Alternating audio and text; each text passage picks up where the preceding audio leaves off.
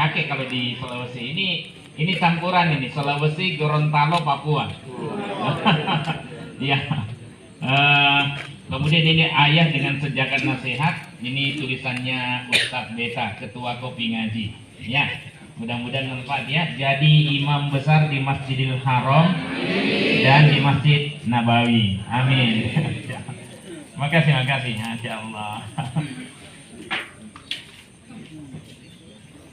Ini kebetulan ayahnya menginap di homestay ini. Mudah-mudahan tambah barokah.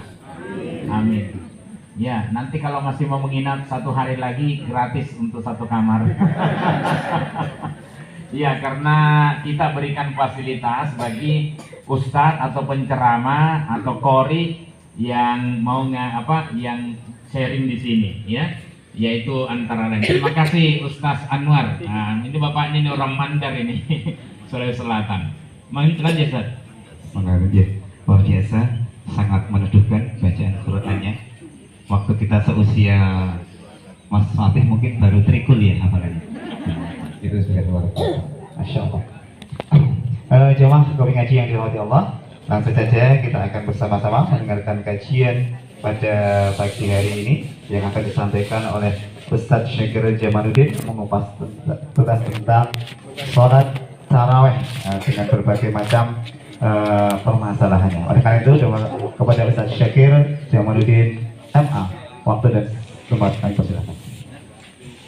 Matur nuwun Ustaz Banu. Assalamualaikum warahmatullahi wabarakatuh.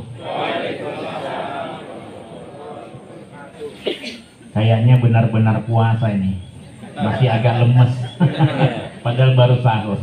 Assalamualaikum warahmatullahi wabarakatuh. Alhamdulillah wassalatu wassalamu ala rasulillah nabiyina Muhammad wa ala alihi wa sahbihi wa man tabi'ahum bi ihsanin ila yaumiddin, amma ba'd. Sehat semua ya Bapak Ibu? Alhamdulillah. Itu ucapan yang paling indah ketika kita mendapatkan nikmat dari Allah Subhanahu wa ta'ala, termasuk nikmat Allah mempertemukan kita Ramadan.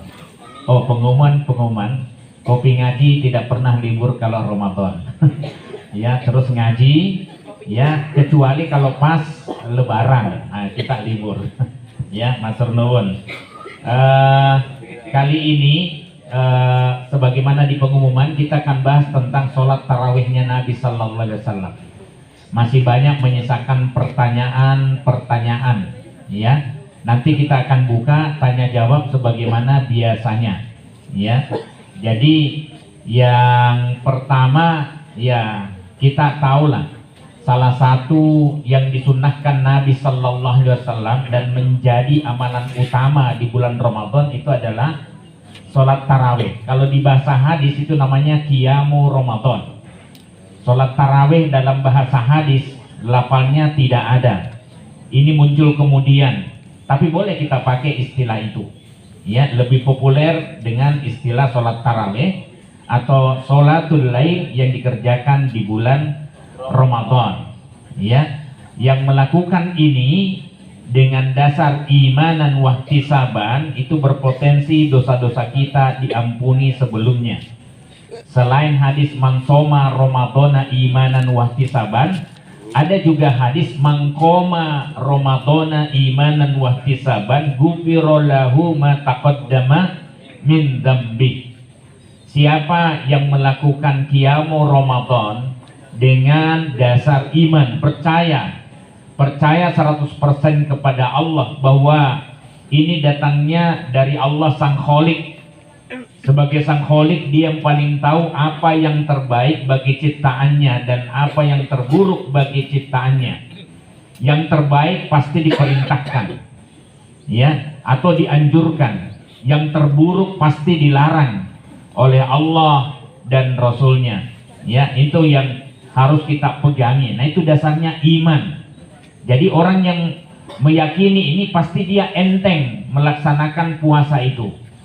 Sampai Allah katakan hanya ayyamam ma'dudat. 1 bulan itu, 1 bulan puasa Ramadan hanya dikatakan ayyaman ma'dudat. Hanya ya beberapa hari saja yang terbilang. Ya, Ya, memang enteng ya. Alhamdulillah, nah kita termasuk mudah-mudahan yang berbahagia dengan kedatangan bulan ampunan ini. Amin. Walaupun hadis yang sering disampaikan oleh sebagian ustadz kita, memfariha bidukhuli Ramadan harramallahu jasadahu 'alan niron. Jangan dijawab cakep ya. Karena ron gitu ya. Ramadan, niron ya, cakep. Ini tidak cakep sama sekali. Ini hadis palsu.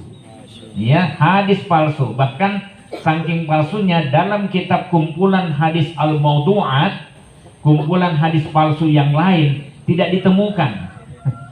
Saking inginnya mengatakan bahwa kita termasuk orang yang berbahagia dengan datangnya bulan yang penuh ampunan, syahrun mubarak, bulan yang penuh barokah.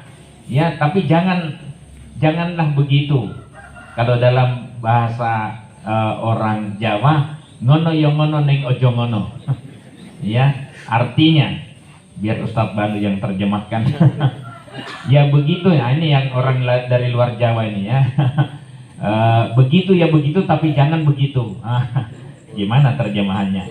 Baru kita tahu kalau melihat konteksnya. Ya, kita bahagia tentu. Bahagia dengan syariat Allah ya, sebagai bentuk rahman rahim Allah, kasih sayang Allah kepada kita ya, kita tentu bahagia, alhamdulillah. Nah, salah satu amalan utama yaitu sholat tarawih.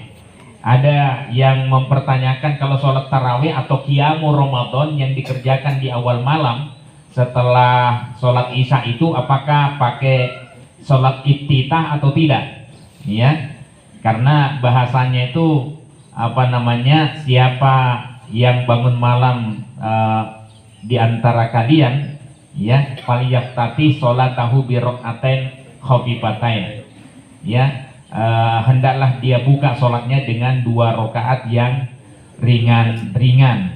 Nah, ringan-ringan itu maksudnya Al-Fatihah, setelah Al-Fatihah tidak ada surat, cukup Al-Fatihah saja ya. Nah itu apakah dikerjakan atau hadis ini hanya berlaku di awal di akhir malam saja ketika orang bangun dari tidur? Kalau Muhammadiyah memahami ya, karena tidak ada yang mengatakan hadis ini khusus di akhir malam, maka hadis ini berlaku umum ya, selama tidak ada dalil yang mengecualikan, yang mengkhususkan, maka dalil ini berlaku umum. Yang penting kita sholat malam mulai dengan 2 rakaat yang ringan-ringan. Kalau dalam bukunya Syekh Al-Albani sifat sholat Nabi itu dia mengatakan sebagai sholat pemanasan. Ya monggo lah ya, boleh buat istilah yang lain juga boleh. Yang penting maksudnya itu. Nah, cuman bagaimana kalau orang yang barusan pulang ronda masih bangun, dia masih awas dia, daripada kan rata-rata rondanya di sini jam 1 sudah kelar atau jam 12 pengumuman, mudah-mudahan maling tidak ada yang dengar. Beroperasinya itu jam 3 ya, pas kita sholat malam. Tapi alhamdulillah termasuk bode yang aman ya, kecuali 1-2 pernah kehilangan ayam. Tapi secara keseluruhan aman lah ya, alhamdulillah. Matur nuwun Mbah Jum. Ada ayam yang dikirim ke kami, matur nuwun, sudah kita nikmati untuk buka dan untuk sahur. Katanya daripada nanti Ramadan Lebaran ada yang menyukai katanya. Lebih bagus dikasih tetangganya. Alhamdulillah. Jadi gitu ya. Nah, itu ada kontroversinya. Ya, tidak masalah. Ya, semua ada dasarnya. Kalau ada yang mengatakan tidak ada Nabi SAW sholat iftitah di awal malam, ya betul. Ya, karena Nabi SAW umumnya sholat malam itu di akhir, sepertiga akhir malam. Ya, ada hadis yang mengatakan barang siapa yang tidak sanggup atau tidak kuat untuk bangun di akhir malam, maka hendaklah dia berwitir di awal malam. Ya, namun barang siapa yang merasa mampu bangun di akhir malam, fal yutir akhirul lail, maka hendaklah dia berwitir di akhir malam. Fa inna sholata akhiril lail masyhuda, karena sholat di akhir malam itu disaksikan oleh para malaikat. Itu waktu sip-sipannya itu, ya. Nah, kemudian di akhir itu wadzalika afdal, dan itu lebih utama, ya.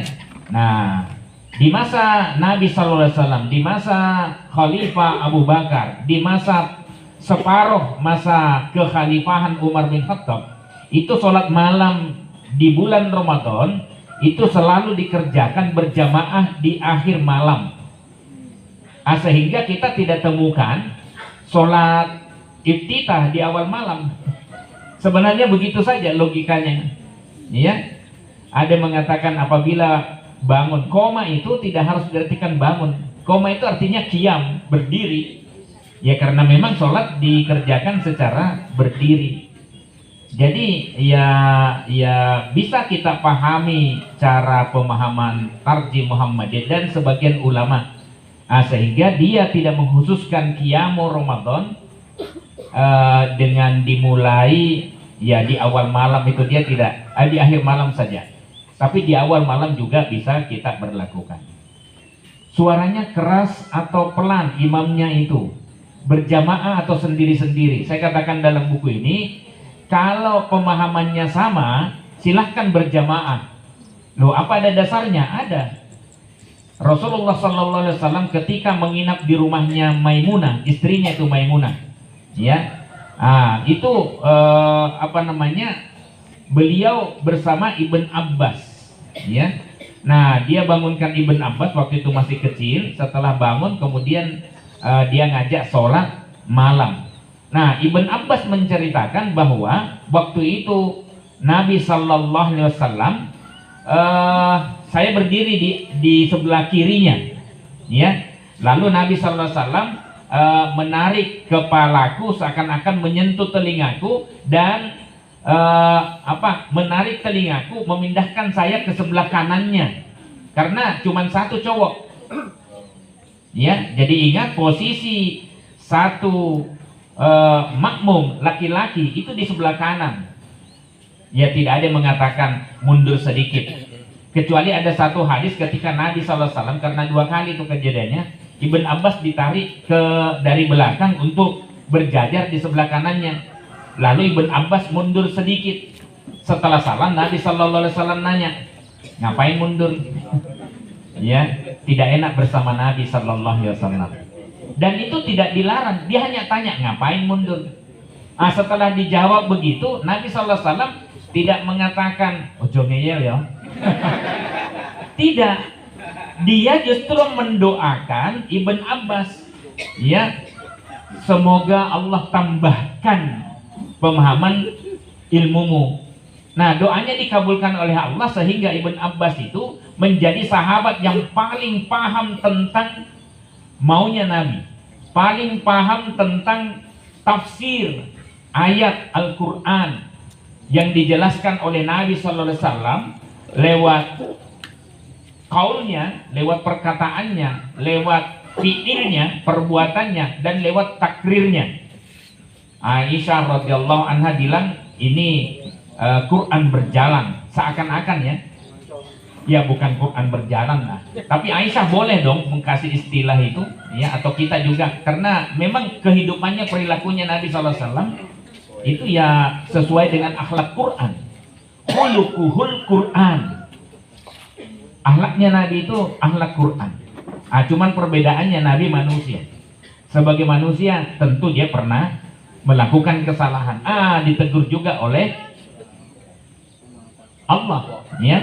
Dalam Al-Quran itu, ya, ada orang buta ingin cari nasihat, dakwah, ajaran Islam, malah Nabi SAW lebih fokus kepada tokoh masyarakat Bani Israel, ya.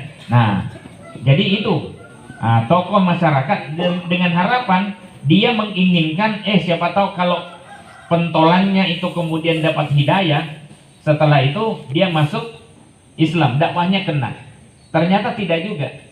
Disitulah Allah menegur Nabinya Muhammad Sallallahu Alaihi Wasallam. Artinya ada kesalahan, cuman kesalahannya itu langsung dapat teguran kontan dari Allah Subhanahu wa taala. Itu yang membedakan ya dengan manusia yang lain. Jadi dia dibimbing oleh wahyu ya. Nah, kemudian tadi kembali kepada sholat malam. Terus suaranya bagaimana? Ya, Ibn Abbas mendengar Nabi SAW hanya membaca Al-Fatihah, tidak membaca ya Ummul Quran kalau dalam bahasa hadisnya itu, tidak membaca surat setelahnya. Ya makanya ada bisa dikeraskan, ya bisa juga tidak. Nah, tapi di sini saya katakan bahwa sekiranya jamaah heterogen dengan pemahaman yang berbeda-beda, dah sholat aja sendiri-sendiri. Kecuali jamaah heterogen itu sudah paham ilmunya, bolehlah jamaah yang sudah paham ilmunya membiarkan jamaah yang meyakini bahwa sholat iftitah di awal sholat malam itu sunnah, ya silahkan. Ya, Anda yang tidak meyakini duduk saja menunggu, tidak ada masalah. Artinya kita saling memahami saja. Ya, itulah kedewasaan kita. Sama dengan ketika ada perbedaan. Ya, ini satu Ramadannya 18 atau 19. Ya, satu Ramadannya ya satu Ramadan. Ya, nanti ada lagi pertanyaan lanjutan kemarin tuh di Masjid Gede ya. Di Masjid Gede pas hari apa itu ya? Hari Kamis ya. Ada yang ke sana. Ya, hari Kamis ya. Ya, Masjid Gede ada yang tanya, kalau beda waktu begini, satu Ramadannya ada yang meyakini 18, katanya pakai KHGT. Ya, apa itu kalender Hijriah Global Tunggal, ya, dan ada yang meyakini 19 Februari 2026, tapi juga katanya pakai KHGT juga. Jadi yang mana sebenarnya yang tunggal? Nah, itu evaluasi lah. Tapi tidak masalah, bagian dari dinamika ya, tanawwu ya, tidak ada masalah. Alhamdulillah, maaf puasa. Cari kopi. Jadi terus dia tanya, terus nanti Lailatul Qadarnya bagaimana? Nah, bagus ini sudah mulai mikirin Lailatul Qadar. Padahal masih tanggal 1, waktu itu tanggal 19 ya. 19 Februari. Malaikatnya gimana itu kalau ya mau Lailatul Qadarnya ini? Ya, saya katakan Bapak tidak usah urus malaikat. Tidak usah urus Lailatul Qadar. Ya, di satu sisi ya insya Allah malaikat sudah tahu tugasnya dari Allah. Ya, jadi mungkin bisa datang, oh malaikat yang KHGT tanggal 18. Ya, akan datang pada malam ganjil, malaikat yang jadi mungkin juga malaikatnya terbagi-bagi. Tapi saya katakan tidak usah diurus. Yang penting kencangkan ibadah. Kalau Nabi SAW memang macam-macam cara itikadnya itu. Kadang 10 hari full, kadang hanya datang pada malam-malam ganjil. Ya, sebagaimana yang dilaporkan oleh Abu Dzar, yang kemudian memunculkan mangkoma ma'al imam hatta yang sori kutiba lahu qiyamul laila. Ya. Jadi tidak usah khawatir. Ya, yang penting semangat dalam beribadah, semangat dalam mengumpulkan amalan di bulan Ramadan, semangat dalam mengaji yang benar sak maknane. Setelah itu diamalkan. Saya sering bilang jangan menghabiskan energi hanya fokus untuk membaca Quran tapi tidak tahu maknanya. Ya. Karena Fahrur Razi mufassir ya, yang kalau dia menafsirkan agak banyak unsur ro'yinya, ya pendapat dia, ya tapi bagus dia. Rubbatalil Quran wal Quran yal'an. Begitu banyak orang yang membaca Quran, dia tidak sadar, ya Quran sedang mengutuknya. Kenapa? Karena hanya fokus menghabisi Quran 1 bulan, 30 juz, 1 kali khatam. Ya, ada yang 1 bulan 5 kali khatam. Ya mungkin orang-orang yang sudah paham maknanya bisa lah lancar begitu. Tapi kita yang orang Indonesia yang umumnya tidak paham dengan apa yang kita baca, jangan-jangan ayat yang kita baca itu adalah ayat yang mengutuk perbuatan kita.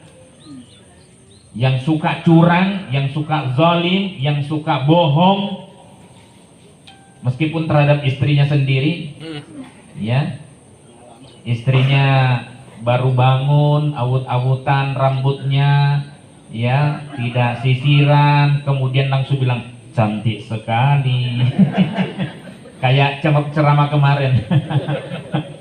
Tidak tahu bagaimana wajah istrinya, seneng atau senep. Ya, bohong seperti itu boleh-boleh saja, tapi ya ukur-ukur lah. Nah, saya kira itu ya, jadi berbagai macam pendapat. Nah, terus yang paling sering ditanyakan pada saya itu adalah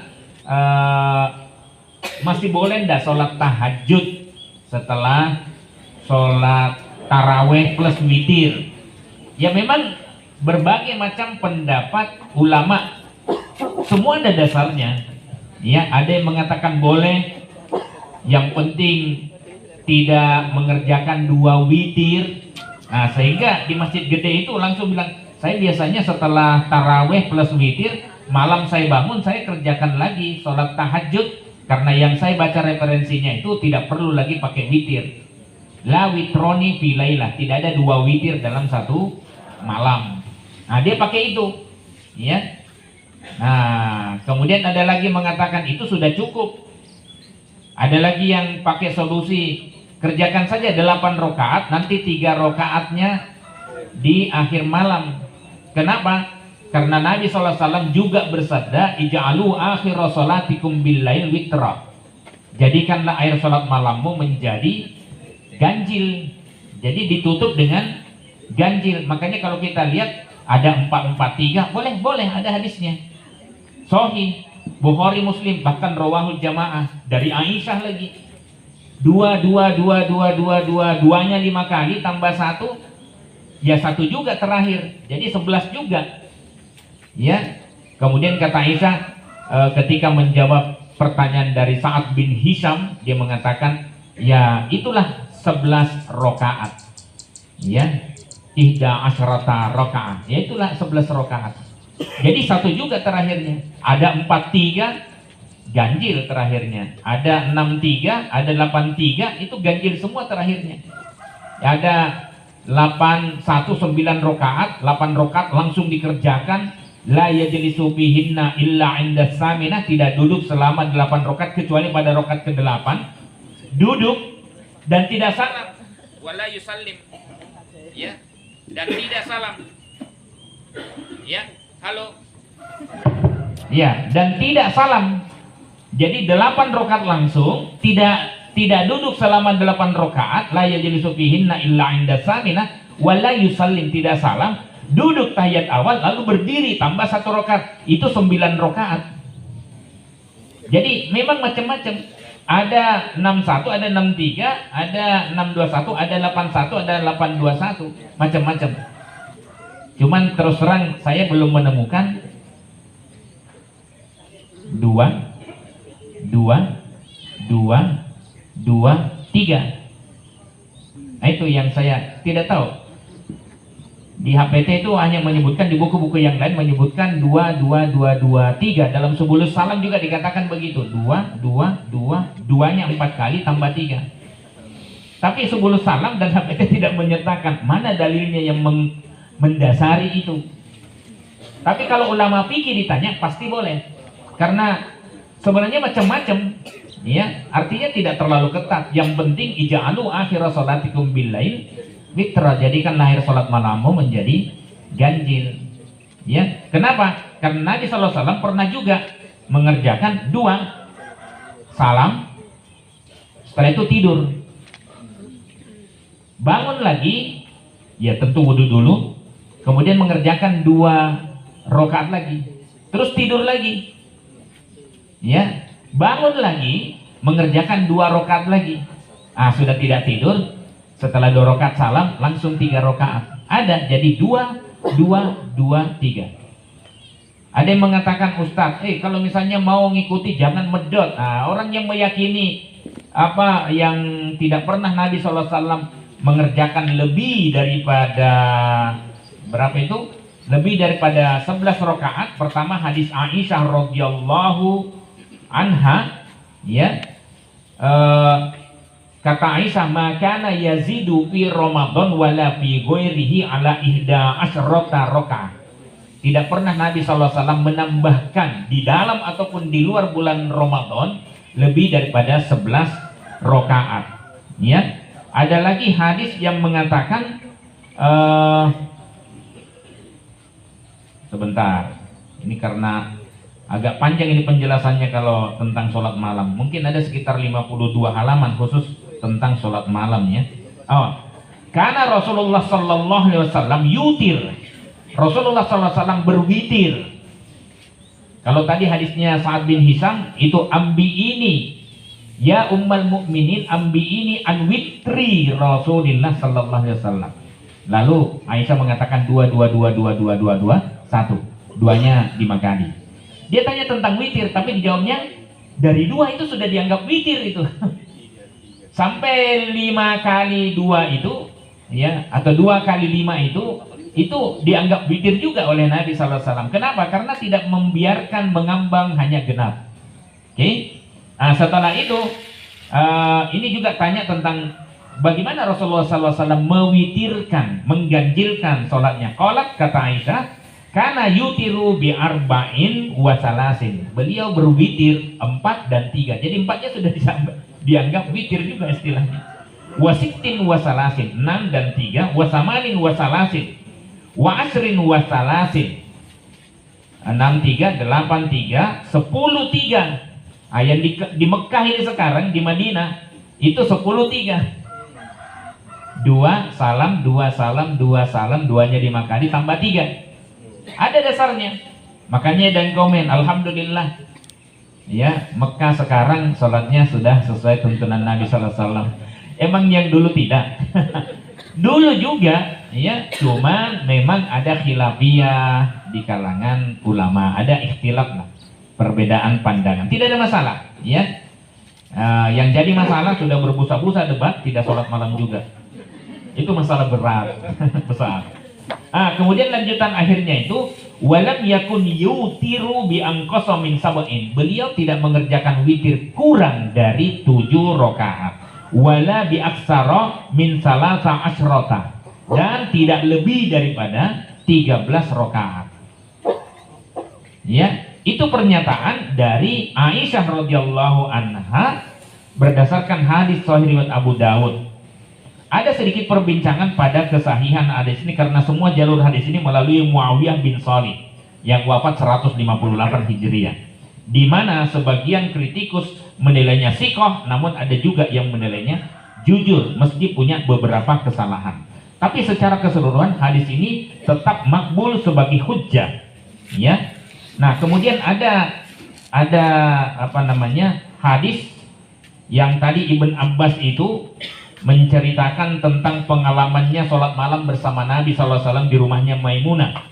Ya, beliau apa? Setelah bangun, fasolla rakaatain khafifatain, lalu beliau sholat 2 rakaat yang ringan-ringan. Qad qara'a fiha bi ummil Qur'an, beliau hanya membaca ummul Qur'an bi kulli rakaatin, pada setiap rakaat. Tsumma sallama, lalu salam.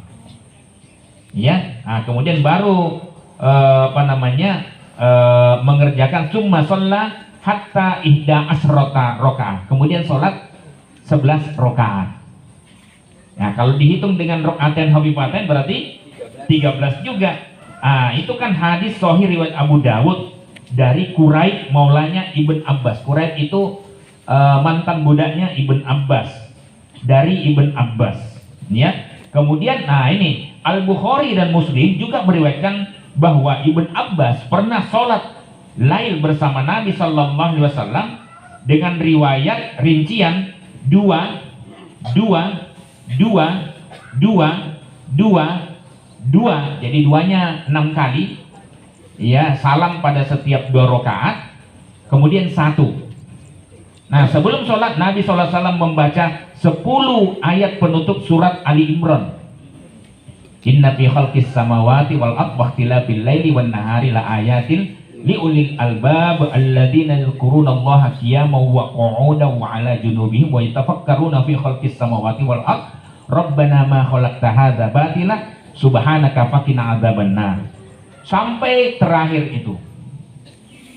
Wah, itu ayat dahsyat itu. Dulu waktu kami nyantri di Budi Mulia ini, ayat ini sering dibaca oleh guru kami dan dikaji, termasuk oleh Insinyur Sahirul Alim itu, bahwa pada penciptaan langit dan bumi silih bergantinya siang dan malam terdapat tanda-tanda kebesaran bagi orang-orang yang mau berpikir dalam. Bagi yang kebanyakan tidur, kokian turu orang. Bagi yang mempraktekkan naumus shaim ibadah, tidurnya orang puasa itu ibadah, tidak akan mendapatkan ulil albab itu. Karena ulil albab itu orang yang selalu tidurnya sedikit. Di sahur dia sering beristighfar, dia sering memuji Masya Allah, luas sekali alam semesta ini. Kayak begitu. Jadi betul-betul dia ngaji. Kalau Nabi SAW ngajari ngaji malaikat, coba. Iya, ngajari jadi malaikat itu hanya membawa turun wahyu. Bagaimana pemahamannya? Nabi SAW yang kasih tahu. Jadi mereka tadarrusan itu. Ya makanya kita mau mengadakan, nih ada placement test, sudah ada dari Lazismu UMY. Itu siap itu. Placement test, jadi tidak usah takut lah. Itu baru kalau dicek itu baru cek kesehatan. Belum disuntik, jadi jangan lari dulu. Nah, cek kesehatan, Anda masuk di kelas berapa? Ya, apakah dari nol? Tidak masalah, kita akan bimbing dengan sabar, gratis. Ya, datang aja Kopi Ngaji. Ya, kalau jam 8 teman-teman anak-anak dari SD Muhammadiyah Ambar Ketawang depan Kopi Ngaji ini, mereka tadarusan hafalan di sini. Ya, alhamdulillah. Ya, nanti setelah ini tes, setelah itu mungkin ada pengarahan ya. Ada berapa orang yang datang? 7. Oh, malah 10. Tadinya informasinya dari Pak Rozikan, ya dosen ekonomi syariah, Fakultas Studi Islam dan Peradaban. Dulu namanya Pak I. Jadi kalau dekan Pak I terakhir saya. Karena setelah itu ganti nama. FSIP, ya. Semalam dia informasikan ada 7, 4 akhwat, 3 ikhwan yang akan melakukan placement test. Ya, kalau sudah jilid 4 nanti ada lagi kelasnya. Ya, nanti kemudian setelah ini selesai, nanti tahsin. Saking inginnya kita itu ngaji yang benar. Memang ada hadis yang mengatakan bagi yang mengajinya terbata-bata, maka pahalanya 2 kali lipat daripada orang yang lancar mengaji. Tapi jangan bertahan dengan ngaji terbata-bata. Karena yang Anda dapatkan hanya sedikit. sedikit. Sementara yang ngaji pol, ya, speedy, kecepatan tinggi, itu dia bisa ngambilnya banyak. Dan ingat, la akul alif lam mim harfan. Kata Nabi SAW, saya tidak mengatakan alif lam mim itu 1 huruf. Ya, tapi alif harfan, lam harfan, mim harfan. Jadi 1 huruf itu kata Nabi SAW mengandung 10 pahala. Dan saya tidak mengatakan alif lam mim itu sebagai 1 huruf, tapi itu sudah ada 3 huruf sehingga ada 30 pahala. Tapi kalau ngaji tidak usah pakai kalkulator. Biarlah Allah yang menghitung, malaikat yang menghitung. Gitu ya. Waduh, padahal saya sudah percepat temponya ini. Tapi saatnya tanya jawab. Oh pas, ya. Ada waktu sekitar 20 atau 15 menit untuk tanya jawab. Oh, ada satu yang saya terakhir itu doa setelah kebetulan ada yang masuk di WA saya. Adakah tuntunan bacaan khusus di sela-sela sholat tarawih? Tidak ada. Tidak ada bacaan khusus yang dituntunkan oleh Nabi Sallallahu Alaihi Wasallam di sela-sela akhir atau di sela-sela bacaan istirahat sholat tarawih, bacaan khusus tidak ada. Nabi Sallallahu Alaihi Wasallam tidak mengajarkan. Ya, kalau istighfar masa nggak boleh? Ya boleh saja. Sebab Aisyah pernah bertanya, bagaimana kalau saya melihat merasakan ada Lailatul Qadar datang? Ya, Ya pada saat kita sedang sholat ada rasa-rasa begitu, udah Allahumma innaka afuwun tuhibbul afwa fa'fu anni. Saya tidak pakai karim, saya sudah analisis hadisnya. Itu yang pakai karim itu hadisnya dhaif. Ya, tapi boleh istighfar. Yang sering orang menyebutkan setelah salam tarawih itu, ya, setelah ada doa ya, atau di sela-sela asyhadu alla ilaha illallah. Coba sebut 3, 2, 1. Asyhadu alla ilaha illallah astaghfirullah as'alukal jannah wa a'udzubika minan nar. Nah, ini hafal semua, alhamdulillah hafal semua. Ini doa yang bagus, cuma hadisnya tidak ada. Iya, tidak ada hadisnya, tapi boleh.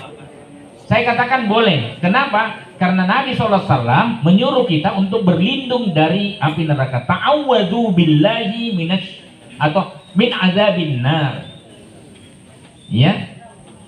Jadi berlindunglah kepada Allah dari azab neraka. Jadi boleh. Redaksinya terserah.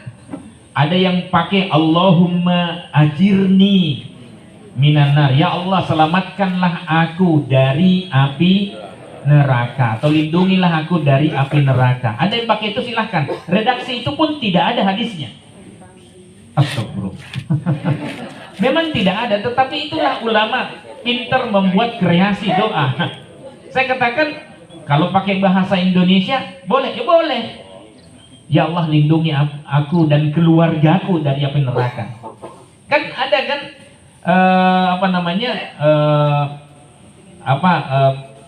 minta supaya dijauhkan keluarganya dari api neraka. Dalam Quran kan ada. Ya, ada lagi yang pakai Allahumma a'tiqni minan nar, tahu ya? Ada yang mengajarkan, ada video yang tersebar itu orangnya pakai jenggot putih, pakai bahasa Inggris tapi dia menjelaskannya. Setelah saya minta kiriman, ada doa yang tidak pernah kita ucapkan, coba kirim ke saya. Oh iya, langsung saya cek hadisnya, karena di laptop saya ada sekitar 1.200 kitab hadis. Langsung saya cek hadisnya, ternyata ada ulama salaf itu tidak suka dengan doa ini. Karena aktikni atau aktikna, bebaskanlah, itu nanti kalau sudah masuk neraka baru minta dibebaskan. Ya enggak sih? Ini rasa bahasa ya. Tapi kalau ajurni itu dia minta dilindungi. Allahumma kini jagalah hamba min azabin nar atau minan nar, dari api neraka. Itu minta dijaga supaya tidak masuk. Jadi kalau bisa jamaah kopi ngaji ya paham, upayakan jangan masuk. Kalau bisa langsung masuk surga. Siap? Mati dulu. Udah mau masuk surga udah bercanda kalau ini. Ya, tapi maksud saya enggak perlu lagi mampir di neraka. Nah, itulah pakai a'tiqni minan nar. Itu ada redaksi hadisnya, tetapi ulama salaf tidak suka. Ya, ulama salaf itu ulama yang berpegang teguh kepada Quran dan Sunnah Nabi Sallallahu Alaihi Wasallam. Monggo Ustaz. Biasa kita sampai pada sesi tanya jawab. Ini. Tadi nanti belum digarisbawahi terkait tahajud setelah tarawih tadi digarisbawahi apakah dari tadi? Baik. Nah ini yang sering saya ceritakan. Ketika bukunya Prof. Samsul Anwar, Ketua Majelis Tarjih selesai, dia menulis itu buku Salat Tarawih, Tinjauan Hadis, Fikih dan Sejarah. Itu tebalnya 456 halaman, hanya membahas sholat tarawih saja. Dari sisi hadis, fikih, dan sejarah sholat tarawih. Nah, buku sholat saya sesuai tuntunan Nabi, mengupas kontroversi hadis sekitar sholat. Ada pengantarnya, ada toharohnya, ada sholatnya, sholat wajib dan sholat sunnah. Ini hanya 356 halaman. Ini cetakan 19, dulu warna hitam. Ya, sekarang warna putih, cetakan 19. Setiap cetak 3.000. Ya, saya kasih ucapan selamat. Habis sholat isya kami tidak sholat tarawih ikut karena ada pengajian Ramadan. Ya, nah di UMY. Kemudian setelah itu saya kasih ucapan Selamat ya Prof, udah selesai, udah terbit lagi bukunya. Ya, ada satu pertanyaan saya, karena saya sudah baca buku itu walaupun 456 halaman. Ya, satu pertanyaan saya Prof, masih bolehkah sholat tahajud setelah sholat tarawih plus witir? Terus pertanyaan saya itu dijawab dengan pertanyaan, berapa rakaat orang itu mau sholat malam? Nah, bagi orang yang paham hadis, peneliti hadis, bergelut di dunia hadis, dia pasti temukan bahwa Nabi Sallallahu Alaihi Wasallam sholat malamnya itu ternyata hanya 11 rakaat atau 13 rakaat. Tidak ada itu sholat di awal malam 11, setelah itu bangun 8. Walaupun saya memahami, ya, ada juga yang mengatakan tidak ada batasan untuk sholat tahajud mau berapapun, karena dalam dasarnya sholatul lail masna. Apabila khawatir masuk waktu subuh, maka berwitirlah dengan 1 rakaat. Sehingga orang ini tidak menggunakan, tidak ada 2 witir dalam satu malam. Dia sudah witirnya di depan, akhirnya dia tahajud juga. Kenapa? Dia tidak mau kehilangan kebiasaan bangun malam. Cuma pertanyaannya Prof Samsul langsung saya tangkap, langsung saya bilang saya tidak lagi, tapi enggak. Langsung saya katakan terima kasih. Kenapa? Karena itu sudah jelas. Nah, seperti yang saya katakan tadi, coba kalau saya tidak kasih pengantar di awal, ya, pasti akan ada pertanyaan balik. Tapi kalau sudah saya tanya, saya jelaskan pertanyaan bahwa Nabi SAW ternyata dari hadis Aisyah, dan Aisyah yang paling tahu sholat malamnya Nabi SAW, ternyata sholatnya hanya 11. Bapak Ibu, saya tetap memahami, yang mau 23 silahkan, yang mau 4 silahkan. Saya tidak bertanggung jawab. Kan Anda yang melakukan. Saya hanya menyampaikan hadisnya. Tapi jangan juga di buku ini, jangan terlalu fokus di angka, di jumlah. Terus Anda mempercepat sholat Anda. Seperti di Jawa Timur itu. Sampai waktu itu waktu itu saya sedang pengajian di Australia, ya, itu ditanya sama orang luar negeri itu, dari Saudi, dia tinggal di Australia sudah, dia bilang, ini gimana nih sholat seperti ini? Saya katakan, oh itu senang, karena saya mau kehilangan kata-kata, kehilangan dalil, saya mau menjelaskan ini. Amin, sampai ada kecepatan 100 km per jam, kecepatan, astagfirullahaladzim. Ada yang bilang kecepatan cahaya, baru Allah Akbar, Assalamualaikum, astagfirullahaladzim. Ya, tapi memang begitu kenyataannya. Saya pas ke Tuban waktu itu, karena itu kejadiannya di Tuban, di mana masjid yang pelaksanaan sholatnya seperti ini. Saya tunjukkan, oh rata-rata ini begitu Ustaz. Kalau begitu tidak usahlah tunjukkan kalau rata-rata. Tapi saya kira tidak semuanya, karena di tempat saya di Tuban itu pas sholat tidak semuanya begitu. Ingat tumaknina. Kesempurnaan sholat itu ada pada tumaknina. Kita bisa baca dan kita bisa tenang dalam ruku sempurna, duduk sempurna, berdiri sempurna. Tidak usah buru-buru. Emang mau kemana? Supaya ada nikmat ketika kita beribadah, supaya ada dampak ketika untuk kita introspeksi diri. Ketika Allahu Akbar, Allah Maha Besar, itu semuanya kecil. Disitulah keberanian kita muncul. Yang lainnya kecil. Ngapain takut sama Amerika? Walaupun dia punya persenjataan yang canggih, sekali kenot habis kita. Ya, tapi bukan berarti alasan kita untuk takut. Namanya, ini Muhammadiyah bagusnya. Ketika BOP itu kasih alasan, tidak langsung mengiyakan. Ya, ketika ormas-ormas Islam dipanggil, ya sudah. Muhammadiyah mengatakan tunggu dulu, kita kaji. Apa? Diktum pertama dari press release atau hasil kajian. Itu diktum pertamanya, perdamaian hanya mungkin ditegakkan kalau ada keadilan. Iya kan? Tidak mungkin ada perdamaian tanpa keadilan. Kita punya tanah, kita lemah, tidak punya persenjataan, datang orang merampas tanah kita. Kalau tidak menyingkir, saya bunuh. Kita bertetangga dengan orang itu. Terus kita akui, tetangga baru kita, macam-macam, Saya bunuh juga, saya ambil tanah kamu. Oh iya, saya akui kamu tetangga saya. Mau begitu? Makanya saya khawatir itu, kita itu tersendatnya di neraka, di masuk surga. Gara-gara seperti ini, kita sudah baiklah tetangga-tetangga, insya Allah tidak ada yang kelaparan. Minggu depan, insya Allah Lazismu UMJ juga bagi-bagi sembako. Jadi tolong daftarnya yang berhak, tolong sampaikan sama Pak Banu, ya. Jadi kita ngaji itu tidak boleh hanya ngaji saja tanpa ada aksi kepedulian. Alhamdulillah matur pada Lazismu UMJ. Ya. Nah, itu kira-kira gambarannya. Jadi tetap kita suarakan sampai merdeka, karena kalau kita mengakui kita melanggar konstitusi kita bahwa kemerdekaan adalah hak segala bangsa, dan oleh sebab itu penjajahan di atas dunia manapun harus dihilangkan, dihapuskan, karena tidak sesuai dengan pri kemanusiaan dan pri keadilan. Jadi konstitusi kita ya menyebabkan kita menolak segala bentuk penjajahan. Kita pernah mengalami hal yang sama. Ya, monggo Ustaz. Kita lanjutkan pertanyaan. Ya, tadi cuma ceramah ya, tidak marah-marah karena ini Ramadan. Ya. Assalamualaikum warahmatullahi wabarakatuh. Waalaikumsalam warahmatullahi wabarakatuh. Monggo. Ini dalam Ramadan ini kan banyak ya di masjid biasanya itu kultum ya.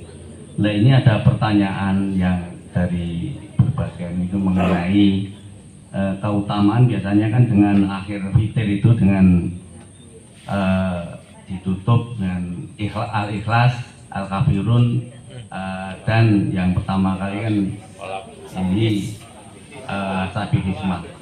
Nah, itu asbabul wurudnya seperti apa, atau hadis atau apa dan sebagainya, itu kan ada pertanyaan. Yang pertama nih. Dan yang kedua itu mengenai badan imam ketika malam itu kan jahar ya. Ketika siang itu sir. Nah, di samping itu kalau Jumatan kan juga jahar. Nah, ini mohon untuk penjelasannya ini seperti apa itu kalau atau semacam hadis atau semacam ulama dan sebagainya.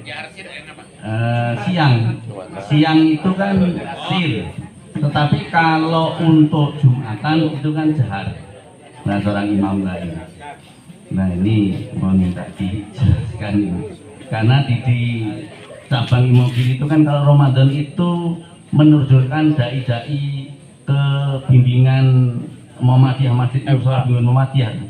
Nah, ini salah satunya itu kebetulan saya itu dalam itu, tapi termasuk yang suka yang ada pertanyaan dari jamaah. Jadi kalau tidak itu kesulitan. Tapi ada juga yang tidak masuk dalam istilahnya begitu selesai kultum tidak ada pertanyaan itu ada ya. Nah, semacam itu. Sementara itu Pak Ustaz. Assalamualaikum warahmatullahi wabarakatuh. Waalaikumsalam warahmatullahi wabarakatuh. Cukup dulu ya. Cukup ya. Ya, baik. Surat di surat witir, Ustaz. Gimana? Surat di surat witir. Al-kafirun. Iya, memang itu. Jadi begini, dalam masalah ibadah itu tauqifi, kita manut saja. Ya. Manut saja. Apa dicontohkan oleh Nabi SAW berdasarkan hadis makbul, sahih atau hasan, itu yang kita lakukan. Ya, karena Nabi SAW mencontohkan di 3 rakaat itu membaca ayat pertama setelah Al-Fatihah itu Sabbihisma Al-A'la, kemudian ayat kedua pada rakaat kedua itu ya Al-Kafirun, kemudian yang ketiga itu Kulhu. Ya, itu yang kita lakukan. Ya, Ustaz. Ada yang 3 rakaat itu dia membaca 3 ayat sekaligus, trikul itu tadi. Ya, Kul huwallahu ahad, Kul a'udzu birabbil falaq, Kul a'udzu birabbin nas. Ada nggak dasarnya? Ada dasarnya, tapi hadisnya dhaif. Kalau Anda tanya hadisnya ya, hadisnya dhaif, lemah. Ya, di Mekah juga tidak pernah menggandengkan itu 3 itu. Ya, satu-satu saja. Yang mana yang mau dipilih? Cuman umumnya Nabi SAW membacanya itu, bukan berarti bacaan yang lain tidak boleh, boleh. Ya, nah, kemudian setelah itu, Pak, boleh nggak kalau 3 ayat dirangkai sekaligus dalam 1 rakaat? Boleh. Loh, kan hadisnya dhaif, yang itu dhaif, tapi yang lain itu Nabi SAW pernah mengimami sholat malam. Nah, ada Hudzaifah al-Yamani, sahabat Nabi SAW, dia ingin jajal ya lama sholat malamnya Nabi SAW. Akhirnya apa? Rakaat pertama Al-Baqarah. Ya, kalau di Indonesia di Bode hilang nih jamaah. Ya, semalam saja di Masjid Suja PKO swimen loh. Ya, tapi tak apa-apa, dinikmati saja. Rokaat masih rokaat pertama sambung Ali Imran. Masih rokaat pertama sambung dengan surat selanjutnya An-Nisa. Ya, wah itu gemetar itu. Ya, besok-besok dia tidak mau lagi ikut bersama Nabi SAW. Kalau di kita begitulah ya. Jadi boleh, artinya dengan dasar ini boleh menggandengkan. Kita cuma kulhu, kul a'udzu birabbil falaq, kul a'udzu birabbin nas, tentu boleh. Makanya secara fikih. Tapi apakah Nabi SAW melanggengkan itu? Tidak. Yang mengerjakan juga tidak. Itu hadisnya dhaif. Sama dengan orang pencinta kulhu. Ya, mau rakaat subuh kulhu, maghrib kulhu. Pernah ada yang membaca kulhu, ayat pertama kulhu, ayat kedua kulhu, diprotes sama yang lain. Saya selama hidup bersama Nabi SAW, kalau tidak salah Umar itu yang protes itu. Ya, tidak pernah itu kulhu, ayat pertama kulhu, ayat berikutnya kulhu juga. Ya, tetapi pas disampaikan, disampaikan kepada Nabi SAW, ini yang menyebabkan kamu masuk surga. Sebenarnya malas saya sampaikan hadis ini, tetapi karena hadis saya sampaikan. Nanti ada yang pengikutnya, wah ini yang pencinta surga. Kulhu saja. Oh pasti Masjid Bode ini pasti rame, Pak. Ya kulhu saja. Ya baik, begitu ya. Jadi macam-macam. Ada pertanyaan lewat WA. Ada nggak yang kemarin? Oh yang kedua apa tadi, Pak?